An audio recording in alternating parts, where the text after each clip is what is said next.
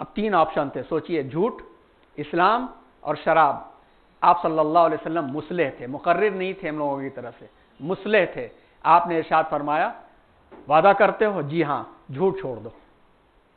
اسلام نہیں قبول کرایا کہ مل گیا فوراً کلمہ پڑھا دیا, نہیں, جھوٹ چھوڑ دو. نتیجہ کیا ہوا؟ انہوں نے وعدہ کیا, وعدہ کرتے جیسے پلٹے. آپ صلی اللہ علیہ وسلم نے فرمایا کیا یہ ممکن ہے کہ ایک کائنات کو چلانے والے ایک سے زیادہ خدا ہو سکتے ہیں؟ ممکن ہی نہیں ہے. انہوں نے کہا نہیں ممکن نہیں ہے. جن کو اپنے ہاتھوں سے بناتے ہو ممکن ہے کہ تمہاری حاجتیں پوری کر لیں؟ ممکن نہیں ہے. دھیرے دھیرے کر کے خود اسلام پر واپس آ گئے, کلمہ پڑھ لیا انہوں نے. دوسرے ایک صاحب مدینہ منورہ میں اسلام قبول کرنے کے لیے حاضر ہوئے, کہنے لگے حضور میں اسلام تو قبول کر لیتا ہوں مگر میری چوری کی بڑی بری عادت ہے, میں چوری نہیں چھوڑ سکتا. اسلام میں قبول کرتا ہوں, چوری نہیں چھوڑ سکتا. آپ صلی اللہ علیہ وسلم حکیم تھے, مصلح اعظم تھے. آپ نے پوچھا کیا تمہاری چوری کی عادت ہے؟ کہا میری چوری کی عادت یہ ہے کہ میں گنجلک سے گنجلک, ٹیڑھے سے ٹیڑھے تالے کو میں کھول سکتا ہوں. آپ صلی اللہ علیہ وسلم نے ایمان قبول کروایا. کہا ٹھیک ہے, مکہ مکرمہ میں بہت سارے مسلمان تالوں میں بند ہیں, جاؤ کھول دو. ان کے کام کو ڈائیورٹ کر دیا اچھی طرف.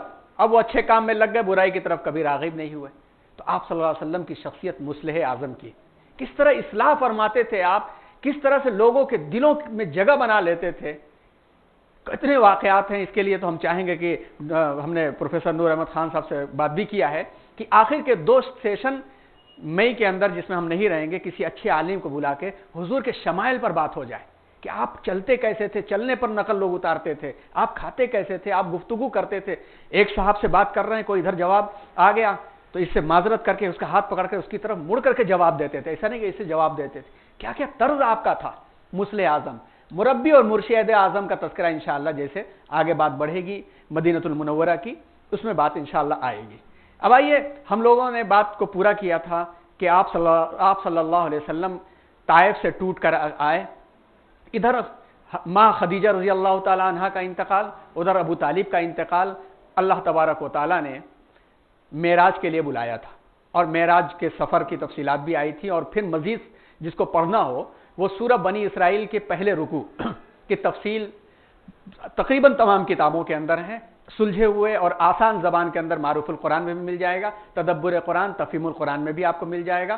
تفصیل ہے اس کے اندر, ہمیں چاہیے کہ اس کو پڑھ لیں.